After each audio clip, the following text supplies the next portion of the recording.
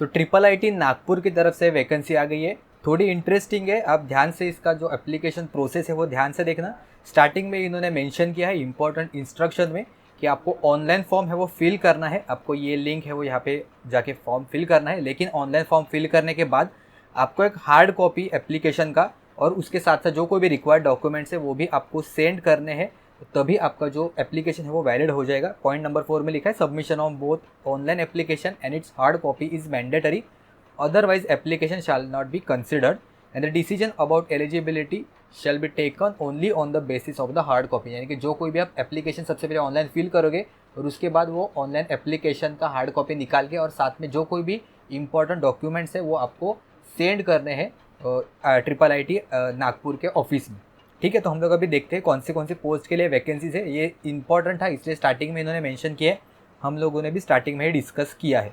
सबसे पहले यहाँ पे वैकेंसी है जूनियर सुपरिटेंडेंट एकेडमिक के लिए, उसके बाद है जूनियर इंजीनियर इलेक्ट्रिकल के लिए, लैब असिस्टेंट के लिए जहाँ पे कंप्यूटर साइंस एंड इंजीनियरिंग मांगी है यहाँ पे, उसके बाद है lab assistant electronics and communication के लिए and junior assistant multi skill admin के लिए। यहाँ पे टोटल 7 नंबर ऑफ वैकेंसीज है।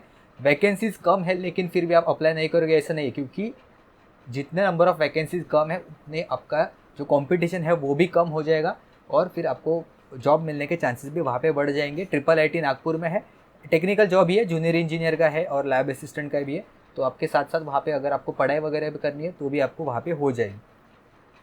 Preferences shall be given to the person with the disability, यहाँ पे उन्होंने मेंशन किया है पर्सन विद द डिसेबिलिटी अगर आप है तो वहाँ पे आप अप्लाई कर देना, क्योंकि आपको वहाँ पे प्रेफरेंस दिया जाएगा। अगर इनको पर्सन विद डिसेबिलिटी वाले कैंडिडेट्स नहीं मिला तो फिर नॉर्मल जो कोई भी सुटेबल कैंडिडेट्स लगेगा अकॉर्डिंग टू एकेडमिक्स उनको ये प्रेफरेंस दिया जाएगा।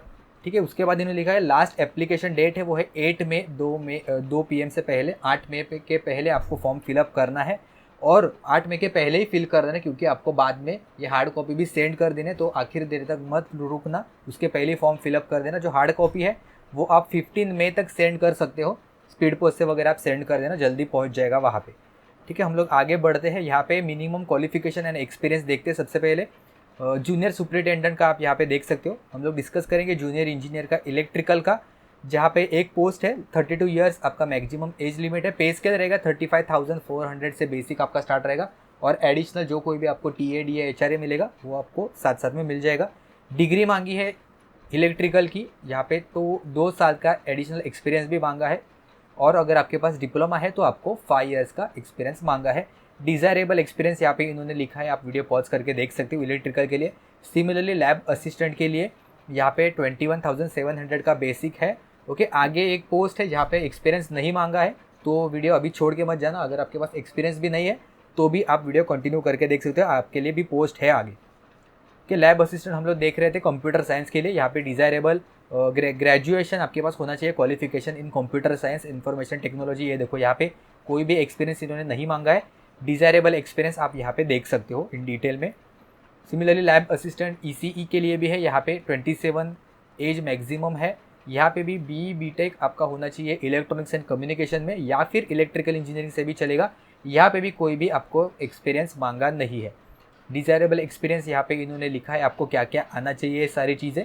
And last one is junior assistant, इसमें सिर्फ बेसिक आपका बैचलर्स डिग्री कोई भी होगा तो भी चलेगा, लेकिन कंप्यूटर एप्लीकेशन आपको जो नॉलेज है उसको होना चाहिए एंड पॉजेसिंग का गुड कम्युनिकेशन स्किल, सिर्फ इतना ही रिक्वायरमेंट है यहाँ पे। प्रायोरिटी इसको दिया जाएगा। एक्सपीरियंस अगर आपने प्रीवियसली कहीं पे IIT NIT ट्रिपल आईटीज़ में या फिर CFTI में काम किया है तो आपको एक्सपीरियंस आपको वेटेज दिया जाएगा।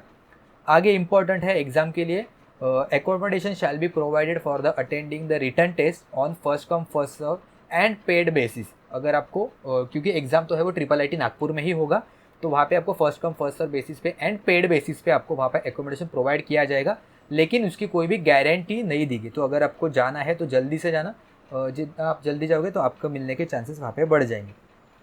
आगे इंपॉर्टेंट देखते हैं यहाँ पे सेल्फ अटेस्टेड फोटोज कॉपीज़ आपको सेंड करना है ऑफलाइन में, जैसे मैंने कहा था स्पीड से या फिर रजिस्टर्ड पोस्ट से कुरियर से भी आप सेंड कर सकते हो।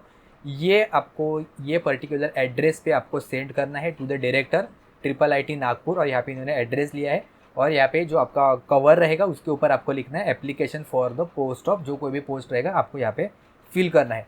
बाकी सारी चीज़ें ये जो PDF है मैं नीचे डिस्क्रिप्शन बॉक्स में लिंक दे दूँगा, या फिर टेलीग्राम पे मैसेज कर देना, मैं सेंड कर दूंगा, वहाँ पे आपको इन डिटेल में पढ़ सकते हो। CGPA SGPA में अगर आपके परसेंटेज रहेंगे तो आपको उससे रिलेटेड जो कोई भी फॉर्मूला, कन्वर्जन फार्मूला है वो भी आपको सबमिट करना पड़ेगा। जो कोई भी इंपॉर्टेंट डॉक्यूमेंट्स है उसकी लिस्ट आगे दिए है यहाँ पे इन्होंने। Candidates who wish to apply for more than one post should apply separately for the each post. हर एक पोस्ट के लिए आपको अप्लाई अलग से करना पड़ेगा ऑनलाइन में, और आपको अलग अलग वहाँ पे सेंड करना पड़ेगा। दोनों के लिए अलग अलग डॉक्यूमेंट्स है वो आपको सेंड करना पड़ेगा। ठीक है, बाकी के जो इंपॉर्टेंट है वो डिस्कस करेंगे। हाँ, ये एक इंपॉर्टेंट पॉइंट है, मुझे बहुत अच्छा लगा। Higher initial basic pay may be given to the exceptionally qualified and deserving candidates as decided by the selection committee. तो अगर आपको बेसिक पे यहाँ पे कम लग रहा है, लेकिन आपके पास अगर हायर एजुकेशन या फिर आप बहुत ही ज़्यादा टैलेंटेड उनको लगे वो पर्टिकुलर कमिटी को, तो आपको शायद वो ज़्यादा बेसिक पे भी दे सकते हैं, ऐसा इन्होंने यहाँ पे मेंशन किया है, जो बहुत ही अच्छी बात है। तो आप ज़रूर से अप्लाई करना अगर आप एलिजिबल हो तो। प्रोसेस देख लेते हैं यहाँ पे क्या क्या है। एग्ज़ाम का रिटर्न टेस्ट जो होने वाली है, मोड ऑफ रिटर्न एग्जामिनेशन है वो ऑफलाइन ही रहेगा एंड IIIT नागपुर में ही रहेगा, इसलिए उन्होंने कहा एकोमोडेशन प्रोवाइड करेंगे। MCQ पेपर रहेगा, 100 नंबर ऑफ क्वेश्चंस रहेंगे विद 1 मार्क्स ईच, जहाँ पे आपको general English, quantitative aptitude, verbal and non verbal reasoning के यहाँ पे 20 क्वेश्चन रहेंगे। जनरल स्टडी करंट अफेयर के 10 रहेंगे। MS ऑफिस कंप्यूटर एप्लीकेशन से रिलेटेड 20 क्वेश्चन रहेंगे। डोमेन नॉलेज रहेगा वो आपको 50 क्वेश्चन रहेंगे। हम लोग किसके लिए देख रहे हैं, ये हम लोग देख रहे हैं जूनियर सुपरिटेंडेंट के लिए। ओके, हम लोग आगे बढ़ के देखते हैं। टोटल 90 मिनट्स का पेपर रहेगा आपका, और आपको मिनिमम 40% उसमें से स्कोर करने हैं। इलेक्ट्रिकल के लिए भी जो जनरल इंग्लिश वगैरह है उसमें 20 मार्क्स सेम रहेंगे, फिक्स रहेंगे। माइक्रोसॉफ्ट ऑफिस, वर्ड वगैरह आपको आना ही चाहिए।